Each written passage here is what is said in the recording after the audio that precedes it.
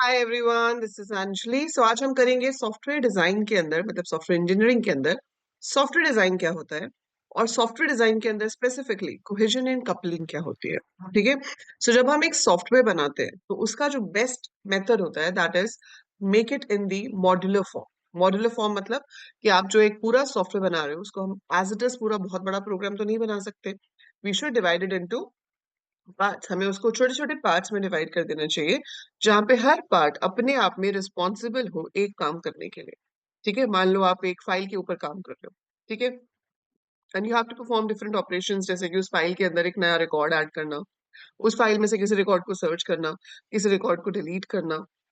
So you have से various operations जो आपको उसके ऊपर परफॉर्म करने हैं। सो उन सब के लिए मैं अलग अलग मॉड्यूल बना सकती हूँ और वो हर मॉड्यूल रिस्पॉन्सिबल होगा अपना काम करने के लिए। ठीक है। इस जगह पर ये मॉड्यूल्स आपस में कैसे काम कर रहे हैं, मतलब एक मॉड्यूल दूसरे मॉड्यूल के साथ कैसे कम्युनिकेट कर रहा है, उसको कहते हैं कपलिंग। ओके। और एक मॉड्यूल अपने अंदर उसकी जो स्टेटमेंट्स है वो कैसे काम कर रही है, उसकी प्रोसेसिंग कैसे है, that is called cohesion. Okay. So यही चीज हम इस पूरी वीडियो में डिटेल में पढ़ेंगे। सो एंड तक देखना to understand the whole concept, to understand the type of couplings, to understand the type of cohesions. तो ये शुरुआत कहाँ से होती है भैया? सॉफ्टवेयर डिजाइन से। सॉफ्टवेयर डिजाइन क्या है? It is a process to transform user requirements into some suitable form which helps the programmer in software coding and implementation. तो आपको एक डिजाइन बनाना है जिससे हम उसको बता सके प्रोग्रामर को कि भाई ये आपको कोड करना है। ठीक है। अब इसमें तीन तरह के डिजाइन होते हैं। We have architectural design, we have high level design, and we have detailed design. The architectural design is the highest abstract version of the system. It identifies the software as a system with many components interacting with each other. At this level, the designers get the idea of proposed solution domain. तो ये जो अभी हम coupling, cohesion और modularity की बात कर रहे थे, ये सब आर्किटेक्चरल डिजाइन के अंदर आता है। तो ये सबसे एब्स्ट्रैक्ट का मतलब क्या होता है? Abstract means giving an overview of something, hiding the necessary details, right. तो जो उसके अंदर की डिटेल्ड वो है वर्किंग, उसके जो अंदर का डिटेल्ड लॉजिक है, हम उसकी बात नहीं कर रहे हैं। हम बिल्कुल ओवरऑल वे में डिस्कस कर रहे हैं कि सिस्टम क्या होगा, सिस्टम के कौन कौन से पार्ट्स होंगे, कौन कौन सा पार्ट किस काम के लिए रिस्पॉन्सिबल रहेगा, right. Then you have high level design. High level design focuses on how the system along with all of its components can be implemented in form of modules. It recognizes modular structure of each subsystem and their relation and interaction among each other. तो इस पे अब हम एक एक module के design को अच्छे से स्टडी करेंगे और देखेंगे कि उसमें क्या क्या काम होने चाहिए। फिर detail design deals with the implementation part of what is seen as a system and its subsystem. तो सिस्टम किसमें देखा हमने? आर्किटेक्चर डिजाइन में। फिर उसके और सब पार्ट्स की हाई लेवल में। ठीक है। It is more detail towards modules and their implementation. तो ये सिर्फ डिजाइनिंग तक ही लिमिटेड नहीं है, यहाँ पर हम इम्प्लीमेंटेशन की भी बात करते हैं कि किस तरह से वो मॉड्यूल्स इम्प्लीमेंट होंगे। सो मॉड्यूलराइजेशन जो है, it is a technique to divide a software system into multiple parts. ठीक है। हर पार्ट अपने आप के लिए एक डेजिग्नेटेड टास्क लेके चलता है और वो अपने उस टास्क को कंप्लीट करता है जब भी उसका रोल आता है, राइट। सो वो होता है मॉड्यूल। एडवांटेजेस क्या है? Smaller components are easier to maintain, program can be divided based on functional aspects कि ये काम इसका है, ये इसका है, ये इसका, हम डिवाइड कर सकते हैं। Desired level of abstraction can be brought in the program. Components with high cohesion can be reused again. ठीक है। हाई कोहेजन मतलब जो अपने अंदर के जो पार्ट है उसमें बहुत अच्छे से काम कर रहे हैं, they don't depend on the external factors, so they can be reused again to get the same results. Concurrent execution possible हो सकती है क्योंकि डिफरेंट डिफरेंट मॉड्यूल्स है तो दो मॉड्यूल्स एक साथ काम कर सकते हैं। ठीक है। सो कपलिंग एंड कोहेजन, अब आती है आपकी इसकी डेफिनेशन। इससे पहले सिर्फ बेस था कि कपलिंग एंड कोहेजन रिलेटेड किस चीज से है। So when a software program is modularized, it task are divided into several modules based on some characteristics. These are measures by which the quality of a design of module and their interaction among them can be measured. So, coupling कितनी है, cohesion कितनी है, वो आपको ये बताती है कि जो आपने मॉड्यूल्स में उसको डिवाइड किया है वो आपने कितने अच्छे से किया है। How good is your quality of modules. ठीक है। तो वो मेजर करने के लिए कपलिंग एंड कोहेजन टेक्निक्स होती हैं हमारे पास। तो कपलिंग का मतलब क्या होता है? Concerns the relationship between modules, दो फंक्शंस आपस में कैसे रिलेटेड है। कोहेजन होता है concerns the relationship with in a module, अंदर डेटा उसका आपस में कैसे काम कर रहा है। एंड देन गोल क्या है हमारा? हमें अचीव क्या करना है कि आपके जो कपलिंग है वो कम से कम होने चाहिए, लूजली कपल्ड मॉड्यूल्स होने चाहिए, एक दूसरे के ऊपर बहुत ज्यादा डिपेंडेंट नहीं होने चाहिए, विद हाई इंटरनल कोहेशन। अंदर का जो उसका काम है वो बहुत वेल डिफाइंड और वेल मेंटेन्ड होना चाहिए, it should be closely related to achieve the task. ठीक है, तो पहले पढ़ते हैं कि कपलिंग क्या होता है। Now coupling is defined as the extent to which a system और सबसिस्टम, मेथड और module connects with the other module। ठीक है, in other words it measures the interdependency, कि एक मॉड्यूल दूसरे पे कितना ज्यादा डिपेंड कर रहा है, जितना कम होगा उतना अच्छा होगा। ठीक है, कपलिंग कब बढ़ती है? जब नंबर ऑफ कॉल्स बहुत ज्यादा बढ़ जाती है। तो हम हर एक काम करने के लिए दूसरे दूसरे मॉड्यूल्स को अगर कॉल कर रहे हैं, बहुत ज्यादा कॉलिंग हो गई है, बहुत ज्यादा डेटा जो है वो शेयर हो रहा है, तो हम कहते हैं कि कपलिंग इंक्रीज हो गई है। तो जब कपलिंग बहुत ज्यादा हो, so those modules are called tightly coupled modules. और जब कपलिंग कम हो तो उसे कहते हैं लूजली कपल्ड मॉड्यूल्स। ठीक है, तो इसमें मोर इंटरडिपेंडेंसी होती है, मोर कोऑर्डिनेशन है, डेटा भी ज्यादा फ्लो हो रहा है। ठीक है, और ये जो है हमारा, इसमें लेस इंटरडिपेंडेंस होती है, less coordination, less information flow. तो हम चाहते हैं कि वो इंडिपेंडेंट हो, सो ज्यादा कपलिंग करना भी अच्छा नहीं होता है। ठीक है, so we have to maintain the level of coupling. ठीक है, तो इसमें जनरली सिर्फ डेटा ही शेयर होता है। अब ये 5 तरह की कपलिंग है, ये मैं आपको एक्सप्लेन करूंगी कि इसका मतलब क्या होता है। ठीक है, सो टाइप्स ऑफ मॉड्यूल कपलिंग में हमारे पास ये सारी कपलिंग है, इंक्लूडिंग दोज 5 जो ऊपर मेंशन थी। No direct coupling, data coupling, stamp coupling, control coupling, external coupling, common coupling and content coupling. ये देखो, ये वर्स्ट है, ये बेस्ट है। ठीक है, तो आप जितना कपलिंग कम करोगे उतना अच्छा है, जितनी ज्यादा करोगे वो फिर प्रॉब्लम क्रिएट करता है। नो डायरेक्ट कपलिंग में क्या होता है हमारे पास, कि आपने किसी भी मॉड्यूल को कॉल कराया। ठीक है, so you calling a module. अब वो जो मॉड्यूल हम कॉल कर रहे हैं M1 से, आप M11 और M12 को कॉल कर रहे हो। So when you calling this, तो आपके M11 और M12 में आपस में कोई रिलेशन नहीं है। ठीक है, so these are not related. ये इसके सब पार्ट जरूर है, पर आपस में रिलेटेड नहीं है। So modules are subordinates to different modules, therefore no direct coupling is there. तो इसको हम नो डायरेक्ट कपलिंग में शो करते हैं। डेटा कपलिंग में क्या होता है? When data of one module is passed to another module, this is called data coupling. तो ये जो मॉड्यूल है, ये कुछ डेटा पास कर रहा है इसको, ताकि उसके ऊपर काम कर सके। ठीक है, तो आप जो पैरामीटर्स फंक्शन में पास करते हो, सो that is data coupling. Stamp coupling में डेटा पास हो या ना हो, बट कुछ टाइम का ऑर्डर होता है कि पहले ये वाला फंक्शन कॉल होगा, क्योंकि कुछ ग्लोबल वेरिएबल्स हो सकते हैं जो उसने मॉडिफाई किए हो, या कुछ स्ट्रक्चर्स या ऑब्जेक्ट्स हो सकते हैं जिनके ऊपर उसने पहले काम किया हो, and then further somebody else has to work on it। So वो स्टैम्प कपलिंग में आता है। So two modules are stamp coupled if they communicate using composite data items such as structures, objects, etc. When the module passes non-global data structure or entire structure to another module, they are said to be stamp coupled। तो अगर हम C का एक structure भेज रहे हैं या C++ में ऑब्जेक्ट भेज रहे हैं, उसके कुछ पार्ट्स हो सकते हैं कि आप यूज करो, मॉडिफाई करो, जरूरी नहीं है कि सब पार्ट्स को करो। सो एक के बाद एक कौन सा वाला होना है, तो that is called stamp coupling.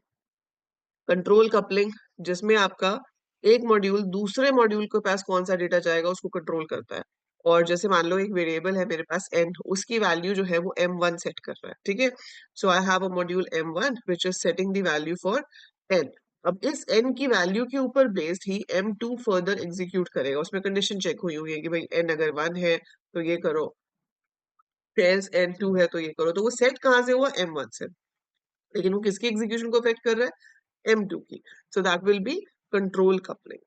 External coupling arises when two modules share an externally imposed data format, communication protocol or device interface। मतलब उनका खुद का नहीं है, वो किसी तीसरे फंक्शन ने उनके ऊपर कोई फॉर्मेट इम्पोज किया हुआ है जो उनको फॉलो करना पड़ रहा है। ठीक है, so that is called external coupling. तो वो खुद तो वैसे कपल्ड नहीं है, but they are connected because they are using the same methods. जैसे कि आप फाइल हैंडलिंग के मेथड्स अगर बनाते हो, ठीक है, सो फाइल हैंडलिंग के मेथड्स में क्या होता है कि आपको फाइल ओपन करनी है, फाइल क्लोज करनी है, फाइल के ऊपर ऑपरेशंस करने हैं, सो वो ऑपरेशन तो दोनों में कॉमन रहेंगे ना, वो फाइल भी कॉमन रहेगी। तो डायरेक्ट हमारे पास कपलिंग नहीं है, पर एक्सटर्नल कपलिंग की वजह से आपके जो फंक्शंस है वो एक दूसरे से रिलेटेड है। Two modules are common coupled if they share information through some global data items. तो अगर आपका दो modules global same global variable को यूज कर रहे हैं, ठीक है, जैसे कि आपने स्टैक बनाया, स्टैक में मैंने पुश और पॉप बनाया है, both of them are using a variable max. ठीक है, जो कि बता रहा है कि मैक्सिमम कितने एलिमेंट्स मेरे स्टैक में हो सकते हैं। Both of them are using the global variable top to know कि टॉप मोस्ट एलिमेंट कौन सी पोजीशन पर है ना। सो टू नो कि टॉप मोस्ट एलिमेंट कौन सी पोजीशन पे है, we are using this. So that is common coupling, they are using the same global variable। Then is content coupling. Content coupling exists among two modules if they share the code example branch from one module into another module. तो अगर एक function दूसरे function को call कर रहा है, ठीक है, जैसे कि आप यहाँ पर कैलकुलेट करवा रहे हो कुछ भी एरिया ऑफ अ ट्रायंगल, ठीक है, एरिया ऑफ अ ट्रायंगल जिसमें हम ये वाला फॉर्मूला लगा रहे हैं S into S minus A into S minus B into S minus C. तो मैं इसमें से कौन सा फंक्शन कॉल कर रही हूँ? Square root.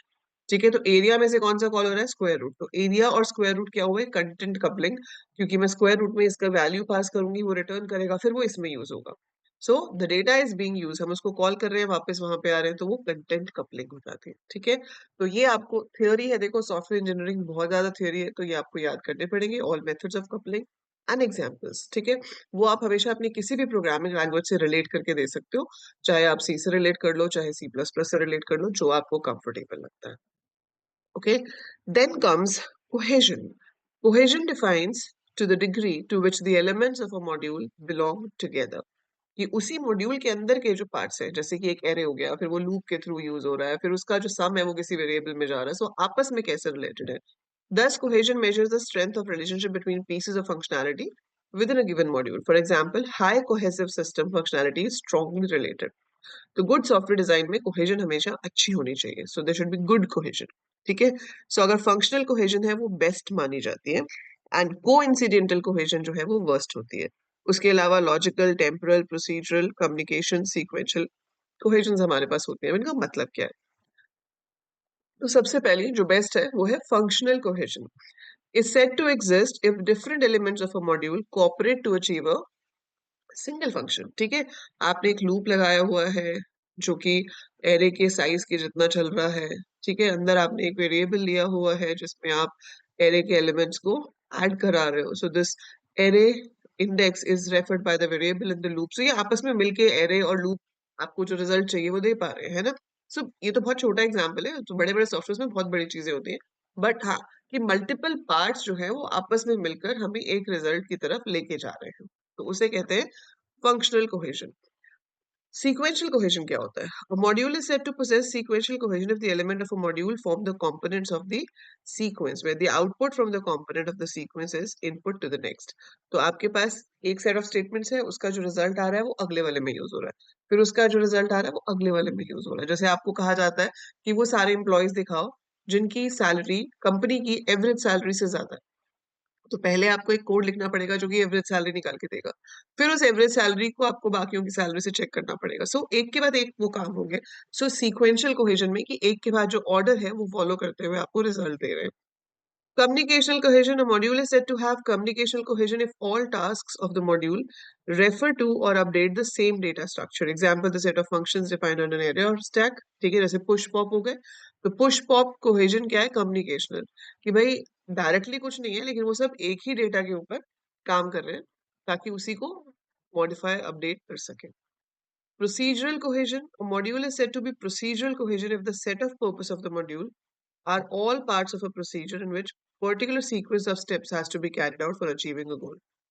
मतलब कि इसमें मोस्ट ऑफ द जो टास्क होता है प्रोसीजरल, देखो इसे कहते हैं जब फर्दर कॉलिंग ना हो। ठीक है, प्रोसीजरल मतलब focus is on the task, so focus on task हमने किया। एक प्रोसीजरल प्रोग्रामिंग होती है, फिर स्ट्रक्चर्ड प्रोग्रामिंग होती है, फिर ऑब्जेक्ट ओरिएंटेड प्रोग्रामिंग होती है। प्रोसीजरल में हमारा फोकस हमेशा टास्क पे होता है, काम होना चाहिए कैसे भी हो। तो यहाँ भी वही है कि फोकस होना चाहिए आपके प्रोसीजर के ऊपर, किसी एल्गोरिदम को फॉलो कर रहे हो और स्टेप्स को फॉलो कर रहे हो ताकि रिजल्ट आ जाए। बाकी हमें ये प्रॉब्लम नहीं है कि डेटा आपने लोकल लिया है, ग्लोबल लिया है, कैसे सेव किया है, that does not matter. Then comes temporal cohesion. When a module includes functions that are associated by the fact that all methods must be executed in the same time, the module is said to exhibit temporal cohesion. मतलब आपको एक specific time दिया गया है कि इतने seconds में या इतने टाइम में आपका जो फंक्शन है, जो मॉड्यूल है, वो कंप्लीट हो जाना चाहिए। तो अगर हम उसको ध्यान में रखते हुए अपना कोड करते हैं और हमारा कोड उस टाइम में एग्जीक्यूट होता है, तो we say that it shows temporal cohesion. ऐसा यूजुअली होता नहीं है, और वैसे भी ये नीचे की तरफ जा रहा है तो ये वर्स्ट टाइप ऑफ कोहेजन है आपकी। Logical cohesion, a module is said to be logically cohesive if all the elements of the module perform a similar operation. For example, error handling, data input, data output, etc. So, logically, they do more or less the same thing.